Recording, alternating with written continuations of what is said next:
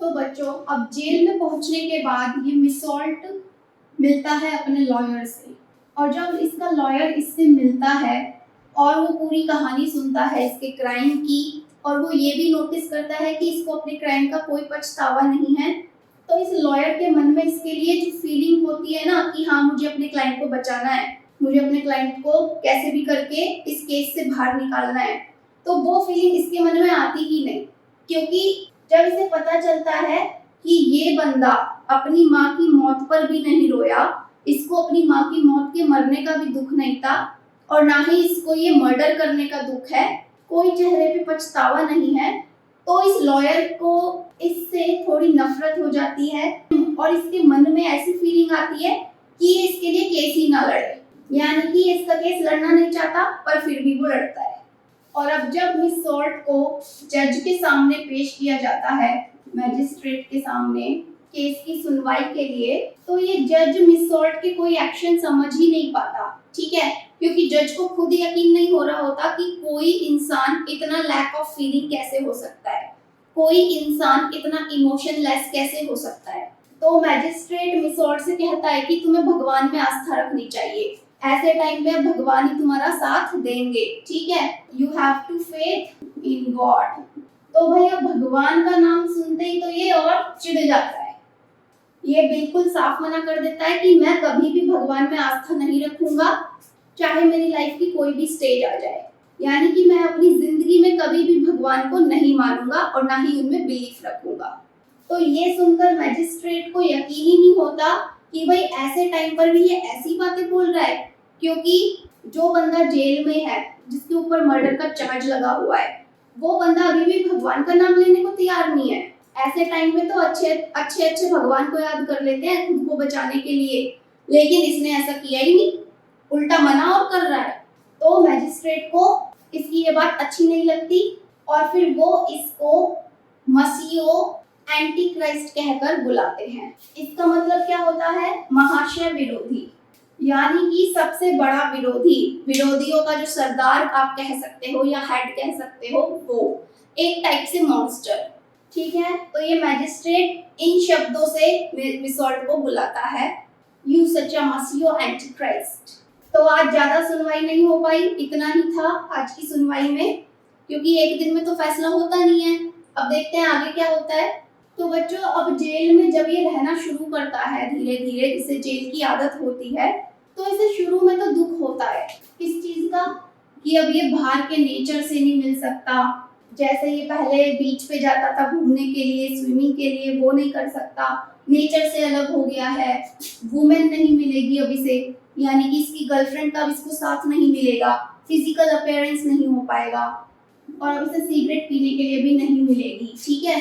तो ये कैसा आदमी था, ये इन तीनों के बिना रहता ही नहीं था, और अब ये तीनों चीजें जेल में तो मिलने से रही, तो इसको शुरू में तो बहुत दिक्कत होती है इन सब के बिना, लेकिन धीरे धीरे ये खुद को एडजस्ट कर लेता है जेल के एटमॉस्फेयर में, खुद को ऑक्यूपाइड रखता है, हमेशा बिजी रखता है ताकि इसका ध्यान इधर उधर न भटके, और ज्यादातर ये जेल में अपना टाइम सोने में ही बिताता है, ठीक है। तो इसको इतनी सारी चीजें सेक्रीफाइस करनी पड़ी जेल में, और अब इसको जेल की आदत हो गई है, अब जेल की हवा में भी इसको इन तीनों की कमी महसूस नहीं होती, ठीक है।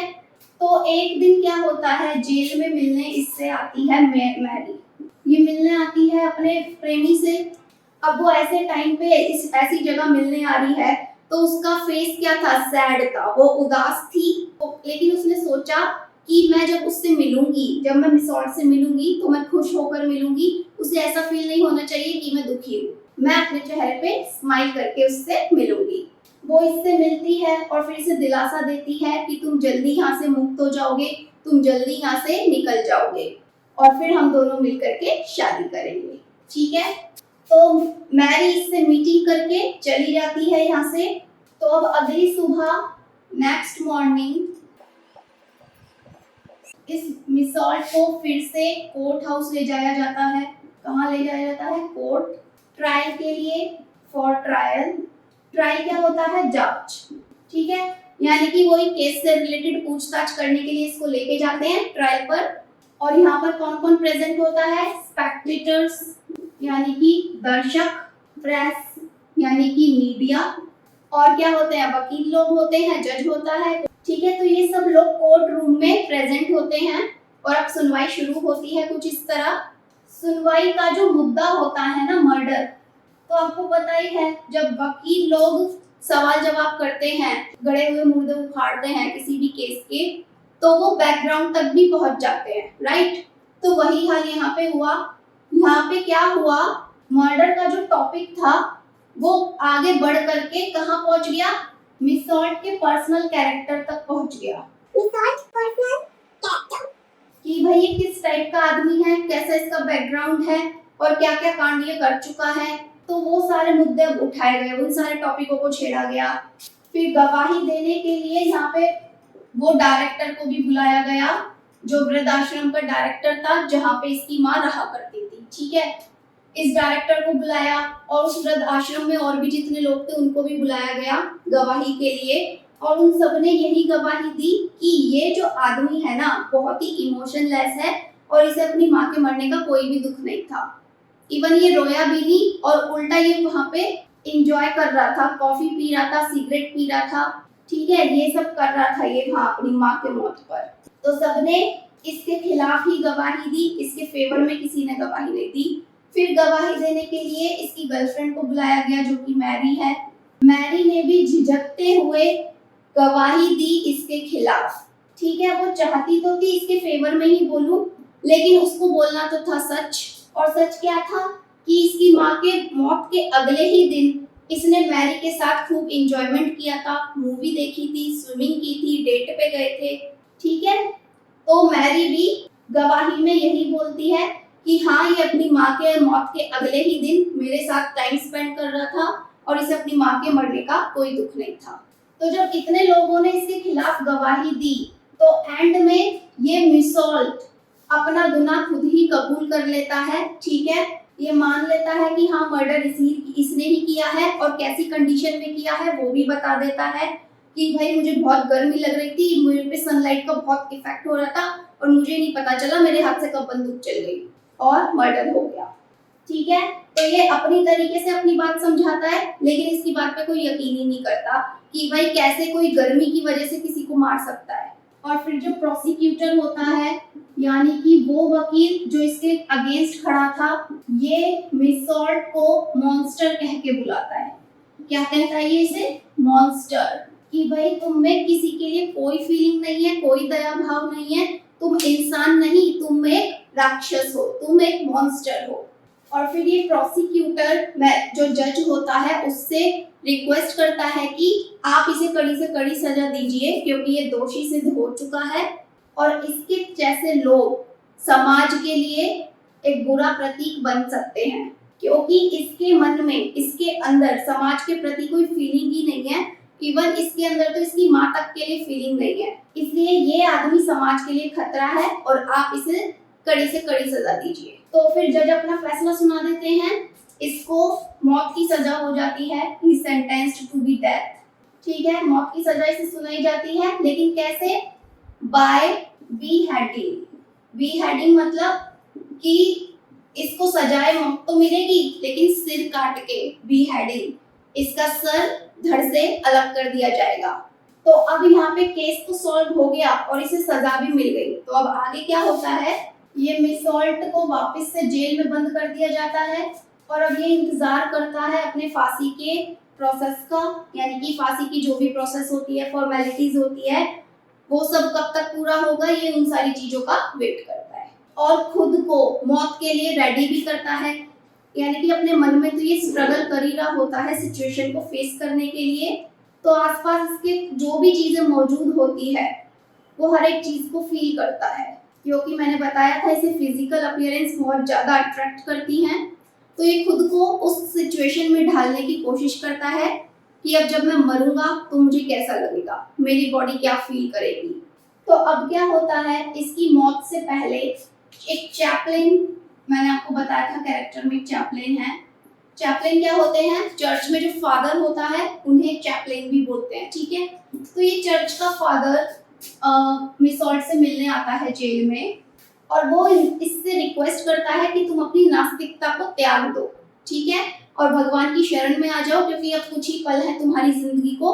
तो अपने इस टाइम को तुम वेस्ट ना करके भगवान का नाम लो, उनकी शरण में आओ, ताकि तुम्हें मरने के बाद स्वर्ग मिले, तुम्हें मुक्ति मिले, क्योंकि तुम्हें नहीं पता कि मरने के बाद भी एक जीवन होता है।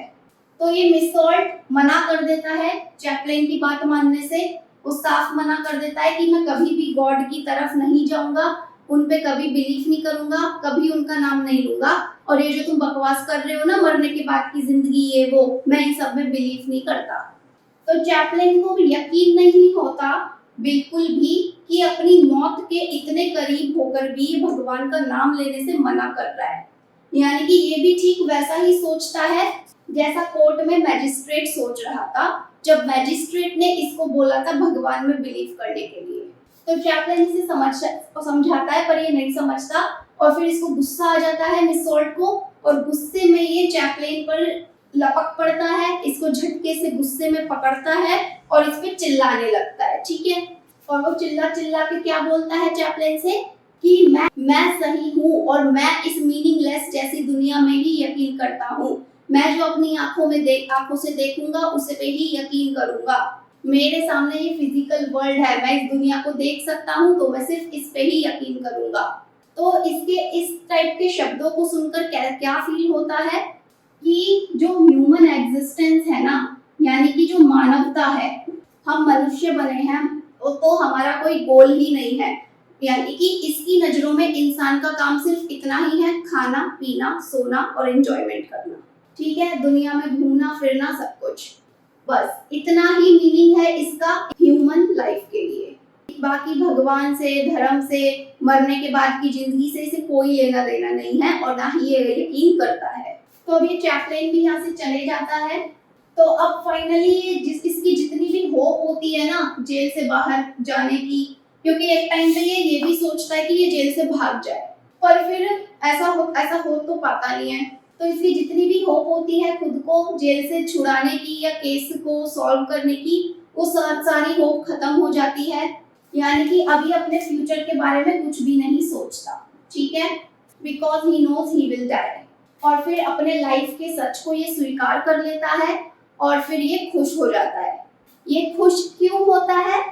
क्योंकि इसने किसी की बात नहीं मानी। ये सोचकर खुश होता है कि कोई भी आदमी मेरे माइंड को चेंज नहीं कर पाया। इसका मतलब मेरे थॉट्स और मेरी बातें सच हैं, और मैं खुश हूँ अपनी थॉट के साथ, अपनी सोच के साथ। तो ये था हमारा पूरा प्ले, पूरी नोवेल द आउटसाइडर, और स्ट्रेंजर भी हम कहते हैं। एक्सप्लेनेशन आपको कैसी लगी कमेंट में आप जरूर बताइएगा। अब हम फटाफट से देख लेते हैं इसकी थीम्स जो आप अपने एग्जाम में एनालिसिस करेंगे, एंड इवन आपको आंसर कैसे अटेंड करना है वो भी मैं आपको बताऊंगी। तो ये है हमारी थीम्स। तो बच्चों, फर्स्ट ऑफ ऑल अगर कोई भी क्वेश्चन आता है इस नोवेल से रिलेटेड, तो सबसे पहली बात जो आपका आंसर है एटलीस्ट 4 to 5 पेजेस का रहना चाहिए, क्योंकि 15 to 20 मार्क्स तक का एक क्वेश्चन तो होता ही है। ठीक है, चॉइसेस आपको मिलती हैं डू एनी 3 और डू एनी 4।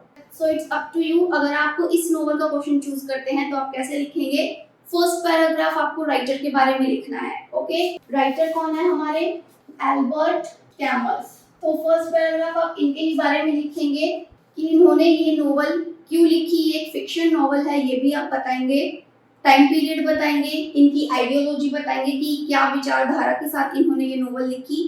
ठीक है, ये सब आपको अपनी बुक्स में या फिर इंटरनेट में भी मिल जाएगा। अब इंट्रोडक्शन के बाद आपको यहाँ से सेकंड पैराग्राफ से अपना आंसर लिखना स्टार्ट करना है। आंसर में आप क्या लिखेंगे?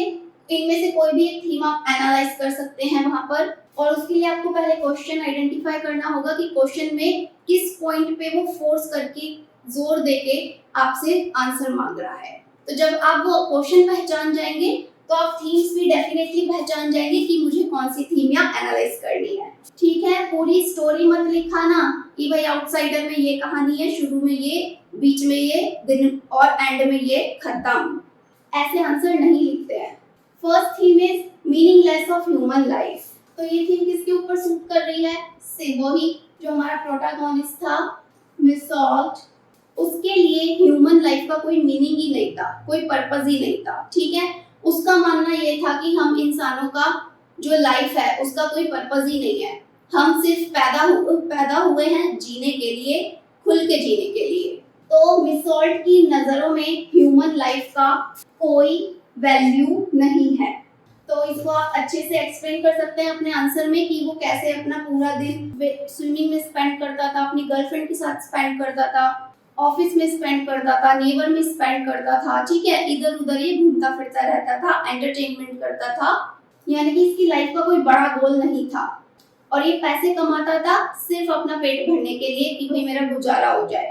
इसलिए नहीं कमाता था कि इसको आगे लाइफ में और भी बढ़ना है, कुछ और बड़ा पाना है, इसके लिए नहीं कमाता था। ठीक है, so human life is waste for him, human life is meaningless for him. तो इसको आप अपने वर्ड्स में एक्सप्लेन करेंगे। नेक्स्ट है इंपॉर्टेंस ऑफ फिजिकल वर्ल्ड। जैसे कि मैंने बताया कि फिजिकल वर्ल्ड का इस पे बहुत ज्यादा इफेक्ट रहा मिस सॉल्ट पे, और सबसे ज्यादा इफेक्ट इसे सनलाइट से होता था, सूरज की हीट से होता था, जिस हीट से इफेक्ट होकर इसने मर्डर भी कर दिया। इवन उस गर्मी का ताप ये अपने माँ के फनरल में भी नहीं झेल पा रहा था, ये अपने माँ के अंतिम संस्कार में खड़ा नहीं होना चाह रहा था क्योंकि इसे वहां पे धूप झेलनी पड़ रही थी, गर्मी झेलनी पड़ रही थी। और अपनी गर्लफ्रेंड से भी ये इसलिए अटैच में रहता था बिकॉज ऑफ फिजिकल रिलेशनशिप। ठीक है, तो फिजिकल चीजें इसको बहुत ज्यादा अट्रैक्ट करती थी। So you can analyse this in your own words. Next है हमारा लैक ऑफ फीलिंग और इमोशंस। तो ये भी इसके अंदर कूट कूट के भरा हुआ था। I explain you in summary कि इसको अपनी माँ के मौत का भी कोई दुख नहीं था, एक आंसू नहीं टपका इसके आंख से। इसने इतना बड़ा क्राइम किया, किसी को मार दिया, उसका भी इसको कोई पछतावा नहीं था। So you can analyze all these things in your own words in your answer. I know you can explain it very well क्योंकि मैंने आपको समरी ही इतने अच्छे से समझाई है, तो आप आंसर भी बड़े अच्छे से एक्सप्लेन कर देंगे। अब फाइनल आता है हमारा आंसर का लास्ट पार्ट, कंक्लूजन। कंक्लूजन होता है रिजल्ट, कि आपने पूरी स्टोरी पढ़ी, पूरी समरी समझी, और अब आपका क्या रिजल्ट है, आपका क्या विचारधारा है इस नोवेल के बारे में, मिस सॉल्ट के बारे में और एल्बर्ट कैमस के बारे में, कि आप क्या सोचते हैं कि आपकी आइडियोलॉजी और एल्बर्ट कैमस की आइडियोलॉजी आपस में कितनी मैच करती है। ठीक है, तो अपने विचार आप कंक्लूजन में लिख सकते हैं नोवेल के लिए। और अगर आप अपने विचार नहीं लिखते हैं तो कंक्लूजन में आप एल्बर्ट कैमस की ही आइडियोलॉजी लिख सकते हैं कि उन्होंने इस नोवेल में किस किस मेन पॉइंट्स को हाईलाइट किया है और क्या क्या वो ह्यूमन लाइफ से रिलेटेड बातें हैं जो इन्होंने इस नोवेल में शो की हैं। ठीक है, तो वो भी आप यहाँ पे कंक्लूजन में लिख सकते हैं। और ये सारा मैटर आपको आपकी बुक्स में ही मिल जाता है, या फिर आप अगर गूगल पे भी एक बार थीम्स को रीड कर लेंगे ना, तो भी आपके दिमाग में एक आइडिया आ जाएगा कि हाँ, मुझे इन वर्ड्स का यूज करके इस तरह से आंसर को लिखना है। सो ये थी हमारी कंप्लीट एक्सप्लेनेशन। आई होप आपको अच्छी लगी है। तो डिस्क्रिप्शन बॉक्स में आप विजिट करेंगे, आपको और भी नोवेल एक्सप्लेनेशंस मिलेंगे, आप उन्हें चेकआउट कर सकते हैं। And don't forget to follow me on Instagram and Facebook. All links are available in description box. और बाकी मैं अपने चैनल पर कॉम्पिटिटिव इंग्लिश और स्पोकन इंग्लिश एंड यूपीएससी से रिलेटेड भी वीडियोस बनाती हूँ। अगर आप इनमें से एक की भी तैयारी कर रहे हैं तो भी आप मेरे चैनल को फॉलो कर सकते हैं। अब मिलती हूँ नेक्स्ट एक्सप्लेनेशन में। Take care, bye bye. And और भी कोई नोवेल है जो आप चाहते हैं मैं आपके लिए एक्सप्लेन करूं बिल्कुल इसी तरह, तो आप उस नोवेल का नाम जरूर लिखिएगा कमेंट में। एंड मेक श्योर कि आप कोर्स का नाम ना लिखें। काफी बच्चे होते हैं कोर्स का नाम लिख देते हैं कमेंट में और टॉपिक लिखते नहीं है, तो ये कैसे पता चलेगा कौन सी नोवेल एक्सप्लेन करनी है। तो आप कोर्स का नाम ना लिख करके सीधा नोवेल का नाम लिखेंगे। Okay, now see you in the next one.